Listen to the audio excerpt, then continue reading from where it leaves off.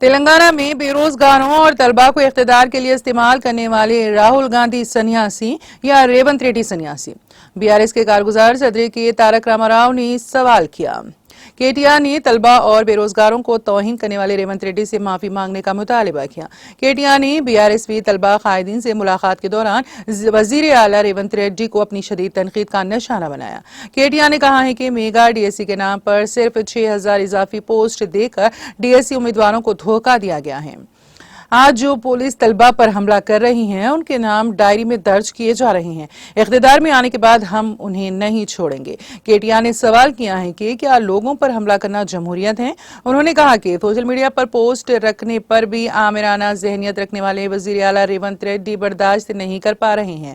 Police اپنے فرائض سر انجام دینے والے صحافیوں پر حملہ کر رہی ہیں اور شرانگیزی کر رہی ہیں۔ کانگریس پارٹی نے راہل گاندھی سمیت بے روزگار لوگوں کو الیکشن کے لیے استعمال کیا۔